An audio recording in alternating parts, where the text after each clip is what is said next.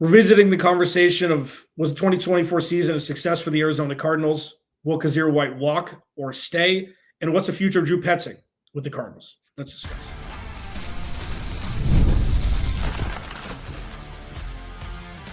You are Locked On Cardinals, your daily Arizona Cardinals podcast. Part of the Locked On Podcast Network, your team every day. Cardinals, Alex Clancy here. Follow me on Twitter, Clancy's Corner. Follow the podcast at Locked On AZ Cards. Please go to the YouTube channel, search Locked On Arizona Cardinals. Hit that subscribe button, turn notifications on. Thank you for making Locked On Cardinals your first listen, free wherever you get your podcast and on YouTube. Part of the Locked On Podcast Network, your team every day. Today's episode is brought to you by PrizePicks. Go to prizepicks.com/LockedOnNFL and use code all lowercase LockedOnNFL to win $50 instantly when you play $5. So we're going to do kind of a grab bag show today. This is the time of year after being removed from playoff contention, like after Christmas and before January 1st, when nobody knows what day it is. That's kind of where we're at. So just discussing things that are top of mind right after the season ends and bringing in, not to disappoint everybody, but my friend, host over at, where are you at? At PHNX Cardinals, Bo Brock. What's up, dude? I'm here. I'm present. That's about as complimentary as I can be. That's good. And you had your coffee, so I know this content will be meteoric. So listen, I'm sure you guys have talked over there a bunch about everything we're going to discuss today. So I figured I'd give you some layups to discuss. 2024, we've gone back and forth via text, phone, on these podcasts, on your podcast, on mine. Yes or no? Was 2024 a successful season for the Arizona Cardinals? Yes. Okay. And I know that I did that unfairly on purpose. All right, see you later, everybody. no, but because was it successful after their bye week? No. Was it wildly successful before their bye week? Yes. Like we've talked about this ad nauseum, but when you start to pick it apart, it's like if I would have told you the Cardinals would have went 8-9 when the season started, you would have wanted to drug test me, or somewhere close to that. Well, just where do I sign, right? Well, yeah, of course. So kind of talk to me more than just a yes, like. Why was it more of a success than, for lack of a better phrase, a failure? It was a success in the sense of obviously just progress. So progress that you can see. And we'll get into, how much progress was it? Where were the downfalls and where were kind of the failures and the successes? But, I mean, as far as overall, just kind of the 30,000-foot view, it was a success. You went from 4-13 to 8-9, knocking on the door of the playoffs. You went 3-3 in your division. You swept the San Francisco 49ers, and you saw progress from players that you've drafted and you've developed into this organization, and you learned a lot, good and bad. Yeah, and I think that's where it tips the scale for me towards success is the success we saw from players are all from young players who are going to be here for a while. Like Trey McBride's going to get all the money of King Midas. He's going to get whatever he wants. And then you've got Garrett Williams. You've got Daedrin Taylor-Demerson, who showed flashes. You've got guys who are going to be your Paris Johnson Jr., Yalta Froholt, who's under contract, Will Hernandez before he got hurt. Like Jonah Williams played pretty well after, dusting off the cobwebs when he came back. Like even Marv broke his dad's, rookie record, and not a rookie record. He had more receiving yards than his dad's rookie season. Yeah. He tied the Cardinals, touchdown record for a rookie. It's like, what do people expect is kind of what I was looking at. And then when you go 6-4, everything drastically changes. A lot of it irrational, but future pace of what we saw as a success this year, the future pacing of it is what really holds true to me. Well, everybody wants to have the exception to the rule. They want to see things play out perfectly, right? Like when you envision what the Cardinals could be offensively with the addition of Marvin Harrison Jr. It just seemed like he was the perfect guy to fill the X receiver role this offseason, and they were able to land him just by, Matt Prater, thank you for your service, missing 2 kicks at the end of the finale. But you just assume that with time comes progress, and that Kyler Murray and Drew Petzing's system with an X receiver, that the sky's the limit. And then you also have to realize that the NFL's hard, and the NFL is the best, product I think sports has to give right now. And why people love it is because you don't just go out there and just by being part of this, like this regime and just being, a year into it and going into year 2, that it just absolutely means slam dunk results. So, the offense, obviously, you can say this. Was it the downfall of this team down the stretch? I think you can say that. Absolutely. But it's not without, things that you can say and say, hey, if this just continues, it can get to where we envision it being this season. And if it does eventually get to that spot, that destination, look out, right? Because if Kyler Murray and Marvin Harrison Jr., along with Trey McBride in this run game, Cardinals are going to be a force to be reckoned with. I think the thing that is tough for fans to kind of overlook, and, me at times to overlook, I'm sure in some respects you too, like when we see this offense at its peak, there are only 10 offenses, maybe 12 that in the NFL that could do that. And that's the frustrating part, where those teams don't have the floor that the Cardinals do. The Cardinals' floor is below them. The Cardinals' offense either looks top 5 or it looks like a college offense that can't get a first down. Right. And Kyler Murray in year 6 is getting paid all that money. Kyler Murray's contract now every year looks more and more like a bargain, and it's going to continue to be that way. Now, the thing that I struggle with, and the thing that I discuss on this show a lot, is comparing Kyler Murray to the median, comparing Kyler Murray to the bottom dwellers that don't have a quarterback in the NFL. Is that enough to just blindly say he's the guy, at least through 2025? Yes. I mean, compared to that, we're slumming it with those teams down there, and the teams that are, most of them that are picking ahead of the Arizona Cardinals in the 2025 draft. No doubt about it.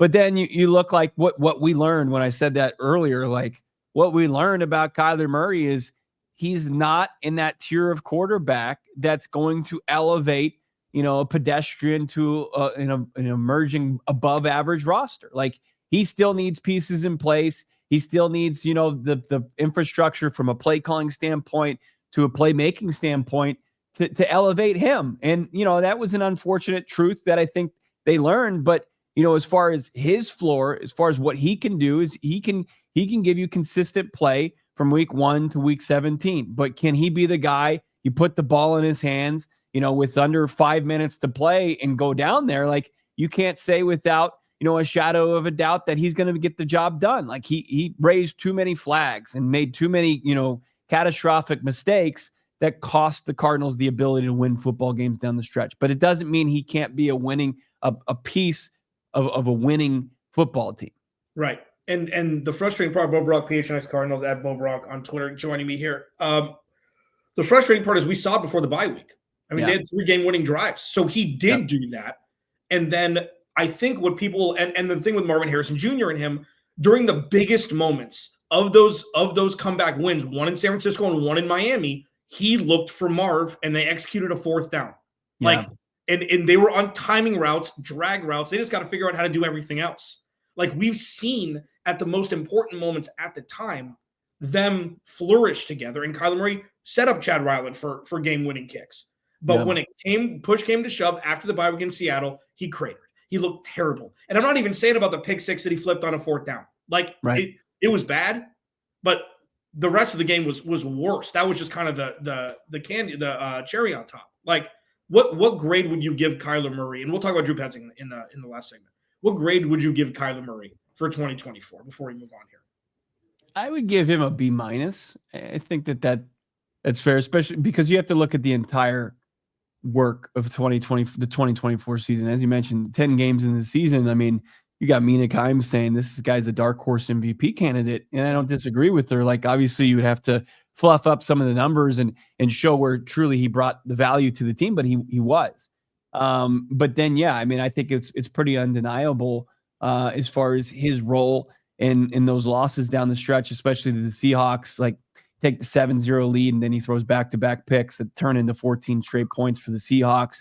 You've got the pick 6 in Seattle. You've got, the interception down the stretch against Carolina, not being able to connect with Marvin Harrison Jr. in overtime there. Like, there was just so many times where you can identify him and you can point to him and say, like, he didn't perform in those situations. But then, like, you can look at, his stats from that game and say he played decent throughout, but it wasn't good enough to get it done in crunch time. So, I think B- is fair. Like, I think a lot of that too is like his attendance. Like, him playing 17 games is fantastic for Kyler Murray. It really is. Like for him, and a credit, I know we're going to talk about Drew Petzing, to put him in a position to not absorb hits. Like I can only think of, like there was 2 times where he took a huge hit, including the one against the Jets. But for the most part, like Drew and Kyler Murray, they hatched and executed a plan to keep him upright and keep him healthy. Only was sacked 30 times this season.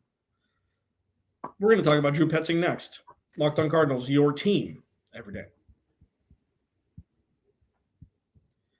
This episode of Locked on Cardinals is brought to you by our friends at the Game Time app. I love going to live events, whether it's sports, music, theater, comedy. One of my favorite memories was attending a comedy show last year. I went to the 49ers Seahawks game at Levi as a present to my stepdad.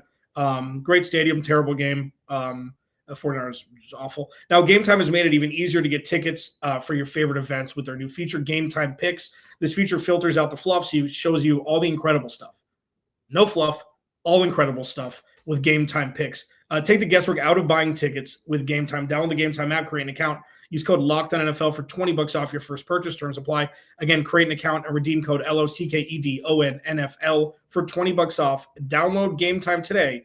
What time is it? Game Time. All right, Brack of PHNX Cardinals joining me. Drew Petzing is a fascinating character because what he did last year was stabilize an offense that was unstable. And it was to the point of overcorrection, pretty much. Running the ball, Josh Dobbs, Kyler Murray, James Conner, didn't matter. They ran the hell out of the ball, especially the last 5-6 weeks of the season, where they ranked towards the top of the NFL with no real substance of a pass game until Kyler Murray came back. We knew going in, run the ball, play action, Trey McBride. I said when the season started, Marvin Harrison Jr. was going to be the third option on offense, and it's going to be his job to overtake the other two. And, the run game was too good. Trey McBride was too good. I think that's why we are where we are. Was Drew Petzing more of a reason why the Cardinals won games or lost games in 2024? Yeah, that's a great question. I point to the collective offensive unit. Like obviously, like you got a first-year playmaker in Marvin Harrison Jr. You've got quarterback play falls on the shoulders and legs of Kyler Murray, and then you've got Drew Petzing. And like as much as I know that there's confidence in Drew Petzing from Gannon to the players, including Kyler Murray, I think that he did to an extent cost this team in crucial situations with his offensive play calling. I don't think you can get away from that. Second year play caller, I think overall he had more positive than negative stuff for this team, but it cost him. Like that stretch, that the offense is just to blame, I think, down the stretch for where this team fell short. So yeah, I think Drew Petzing obviously is not innocent as far as this team's kind of falling short of renewed expectations post-bye. Yeah, I mean, I think the week 17 was really frustrating, not in the sense of how they lost, more so the little wrinkles of offense that we saw. That little like tunnel screen that we saw to Greg Dortch, the little like, it was like a halfback screen that led to going down the field. It was like we saw plays that we didn't see all year that we were like kind of pining for in a game we didn't. Dortch, along with he gets lost with the Marvin Harrison Jr. performance down the last 2 games, but getting Greg Dortch involved in Greg Dortch looking like we all anticipated him looking in this increased role in the offense, and then he's just like dead silent for the majority of the first 16, 15 games, like that's pretty telling. Like what happened? That who takes blame for that? And I think you have to look at the OC and at the quarterback for why that happened. Yeah, I mean, you put him in a Zay Flowers role somewhere else. I mean, the dude's ready to go. We talk about a preseason, we talk about a postseason, and he just gets disappeared. I mean, same with Michael Wilson. Like it's just like they got to figure this out. I think spreading the ball around, a lot more to those guys who are fully capable. Like both of those guys can be 1,000-yard receivers in very different ways, but it's like that's something that the stagnancy of the offense is Trey McBride, that's it. And that's great. But it's just like James Harden dribbling the ball for 23 seconds and then passing to somebody. It's like, it's not an offense. Right. I think you need to spread the wealth a little bit.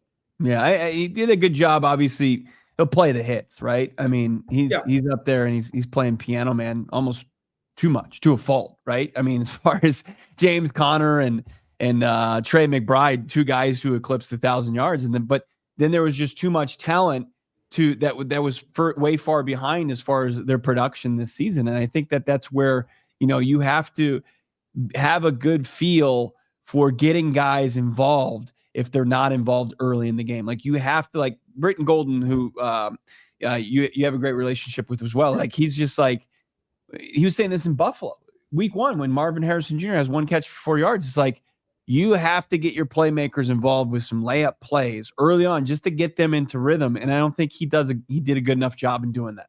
Yeah. And then like, we can talk about this for a couple of minutes. I'm just throwing haymakers at you today. I talked about this on Monday's show. I am at this point, it's like, it's either going to be Kyler Murray and Drew Petzing in 2026 or neither. I mean, are they kind of, because here's the thing. He was brought in to run an offense for Kyler Murray. Yeah. And Kyler Murray's run the offense by and large better than he's failed at it. I mean, we're looking at 70-30, 65-35, something like that. The 35% rings large because of the time in which it happened. Are they attached to the hip at this point?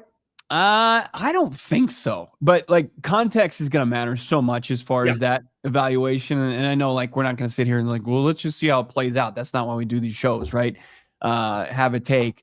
I think that Drew Petzing probably has a little bit will get a little bit more of a longer leash. I think they view him as an extension of Jonathan Gannon, unless like there's some sort of offensive play calling smoking gun that shows it's all in Petzing. But I don't know. I kind of disagree with that. I think it would probably be either or. Like if Kyler Murray comes out and balls out, and then you see some things that are glaring schematic flaws in year 7, that this organization would, move forward with him. But like, Bob Myers, who was one of the architects of the Golden State Warriors, is like, it's always easier to move off of the coaches than it is to the player. But we'll see. Like, I mean, I think it's going to come down to what Monty Ossenfort believes. Yeah. I mean, it'll be fascinating to see. Like, I'm not calling for Drew Petzing's head like everybody else is. I think he's an above average offensive coordinator in a world where there's a bunch of crap box OCs. Yeah. I think that it's the Cardinals fans. He's also not Ben Johnson. And that's right. And like, that's what people want. Like they want Kyler Murray to be Josh Allen and they want Drew Petzing to be Ben Johnson. And it's like, well, those guys exist in our reality. Why can't we have that? It's like, well, there's only a few of those every year in the NFL. Yeah, no, agreed. I mean, Kyler Murray is not Josh Allen, Joe Burrow, Patrick Mahomes, Jared Goff. He's not. He won't be. That doesn't mean he can't be special and he can't lead this team to a deep playoff run. Like, but you're right. It's kind of nauseating to think, well, maybe year 7's the year. And it's like, okay, that's kind of like year 7 is a lot different than year 6. Because now we're going to be 3 years removed from the cliff. Please don't let us have to have that conversation next year. No. I mean, because if we are, I think we have our answer. Yeah, no, that's true. That's true. I mean, because at this point, and I've said this on the show, and I don't know if it's going to be either or. I don't know it. I just think it's a fascinating thing to discuss because he was brought in to run this offense, and then Kyler's guy. It'll be fascinating to discuss. But it's like there were still kind of reasons, not excuses, kind of reasons why the Cardinals weren't at that echelon of playoff contention or, set before the season started. Starting next year, the Cardinals as an organization may be set up for the best 5 years ever in this organization. Yeah. Picks, money, and even if it's moving off Kyler.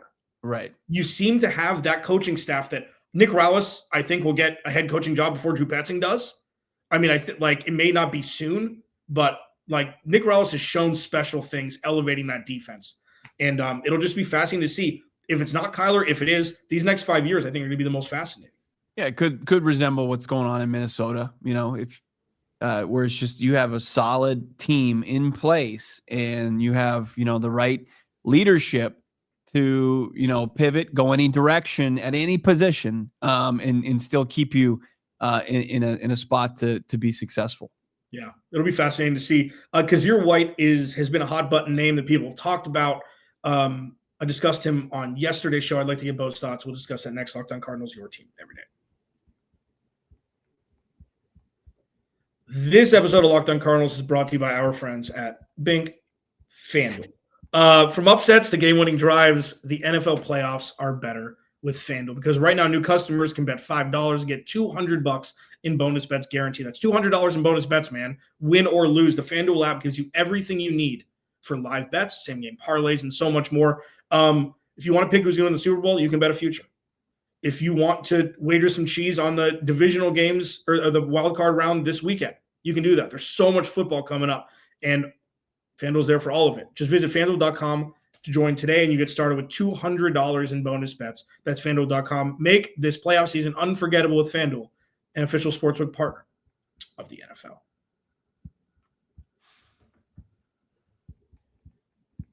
All right. Bo Brack, PHNX Cardinals. He and Johnny do, mediocre job. They do a job over there. And at Bo Brack on Twitter. There's a lot of crap over here. But sometimes we have a good show. That's good. Same with me. Like two good a month. That's my quota. This is one of the good ones, I think. This is one. Well, yeah, because I look a lot better with you here. Dude, I can't. We can't do it anymore. I don't know if we can give an insult to each other on a show that we haven't already given. So excuse the overlay on YouTube. I wanted to keep the flow going with Kyler Murray and True Petzing talk to talk about Petzing in the second segment. Kyzir White's a fascinating kind of case study, in my opinion. With, first off, he's played above his contract, or at least at his contract. I think that's safe to say. The 2 years that he signed, very, under the radar signing Monty Osborne's first offseason. Brought Mac Wilson over in the same kind of regard, obviously not from the Philadelphia organization this year. They played average to above average football for the majority of the season. Not great in coverage, pass rush still not there. So I think part of it has to do with that. Also, maybe he's more of a run stopper than a pass protector, which, isn't an original story. Do you think they should bring him back under the guise that it's not a Christian Kirky situation where he just gets this ballooned amount of money? Like, if it's in the cards for the Cardinals money-wise, should they bring him back? I would say it's very unlikely.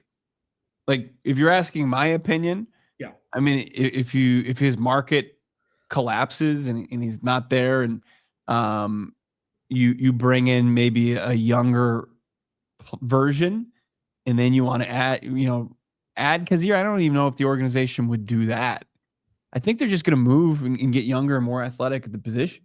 That's just my sense of it. And I don't think that's like an indictment on Kyzir White. It's very far from it. Like, he's beloved. He played, like, I agree with you. Like, I think he outproduced his contract on and off the field. I mean, you got Nick Rallis naming his kid's middle name after Kyzir. You've got, all his teammates on his Instagram posts thanking Arizona, like saying, thank you for all you've done, basically paraphrasing, but, putting it all in one bucket. But like, Kyzir White, I think, played an extremely vital role in changing the culture of this team that was devoid of that.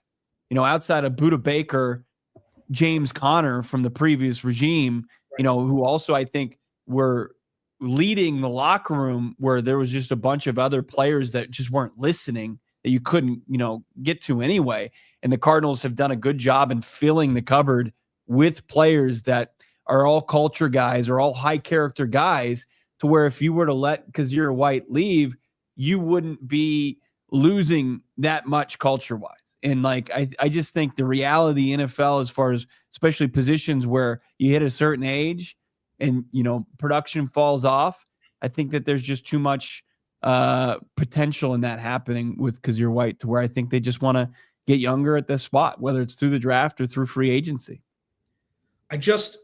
The only pushback I have on that, because it makes sense. He'll get offered more money elsewhere. Like, I think that's pretty obvious. But in, under the lens of, if it's 6 of one, half a dozen of the other, they've got some momentum with him there.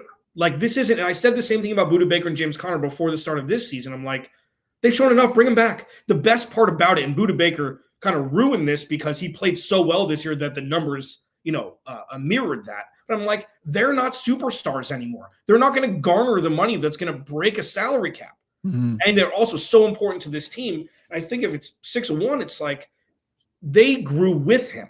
Yeah, it's not easy to replace that, even if the 0-1 jump has been there with him, brunting the load with Budda Baker on the defense side of the ball. I just don't think it's that easy. I think the Cardinals have telegraphed who they prioritized. Obviously, Yelda Froholt, James Conner, Budda Baker extensions, and I think it's just obviously with the farewell, or what it feels like was a farewell on Instagram. I think it's just.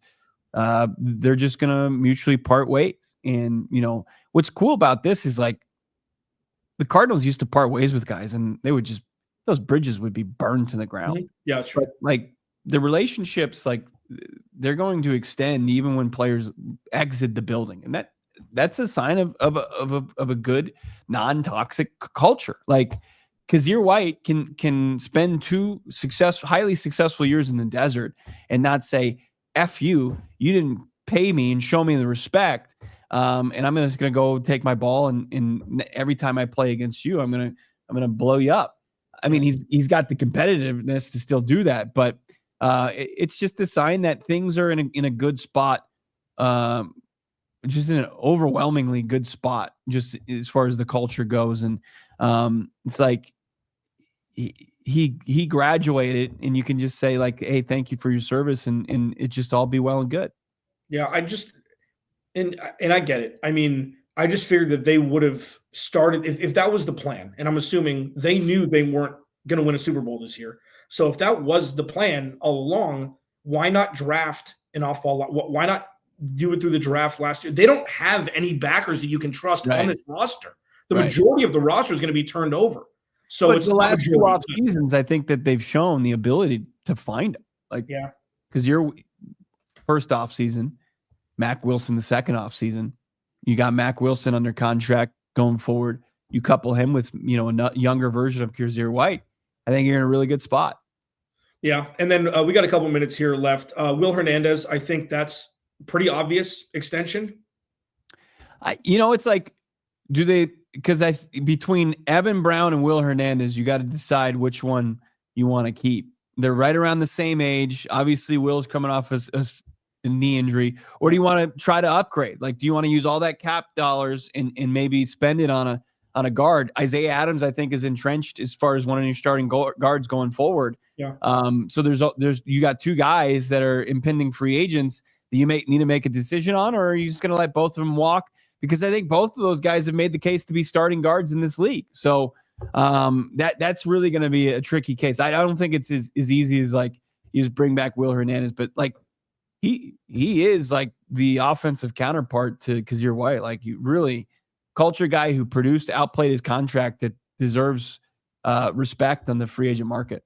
Yeah, I just think, we can't have an experience watching this team with a Rodney Hudson situation happen again. So I guess Evan Brown can play both, right? Evan Brown played center and left guard. So I wonder if that tie goes to that guard, if they draft a guy. I know John Gaines was supposed to be before he got his rookie season. I think they want to go and get somebody in free agency. Like I think that they're willing to be aggressive as far as the guard market, as far as the linebacker market, off-ball guys, and then hopefully somewhere more in the trenches that's going to get after the quarterback. I mean, they got the money to spend.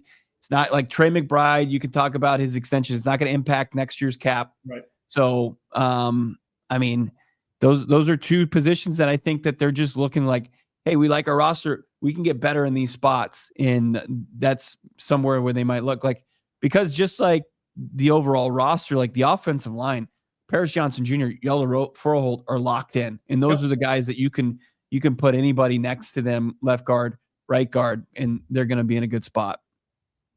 Yeah, it'll be fascinating to see. And BJ Ojolari coming back, what they're going to do with the pass rush. There's so much to talk about. We can rely on BJ though, can you? Right. Like, no, it's true. It's going to be a fascinating next couple months before the draft. Yeah, because I think at this point, you can just kind of have a martini on draft night and think Monty's going to do his job. You know, like it seems like don't tell the audience that. Like we got to go and have take after take on this draft class. But no, you're right. But all things considered, and listen, the Darius Robinson thing, you know, we can talk. I got to stop this podcast. I'm already going long. We're also going to get mad at me. But, you know, like it's the unknowns moving forward are good unknowns. Yeah. Because they've got the capital, both money and draft capital, to execute a proper game plan that Monty Osborne has shown he's capable of doing through his first 2 years. And I think that's something after, you know, a terrible end to the season from where it started going into the bye week, you can rest your laurels on that. Bo, tell people where they can find you. Yeah, PHNX Sports on YouTube. Follow the show, PHNX Cardinals. Johnny and I talking about it every day, along with Damon Dog. And just getting started here off-season-wise. This is going to be a fun one. Second best podcast in Phoenix. Alex Clancy, Locked On Cardinals. Remember, without you, Bo hates this part. Just want to let you know. Without you, there is no me. Bo, I'm looking in your eyes when I say that. Talk to you tomorrow.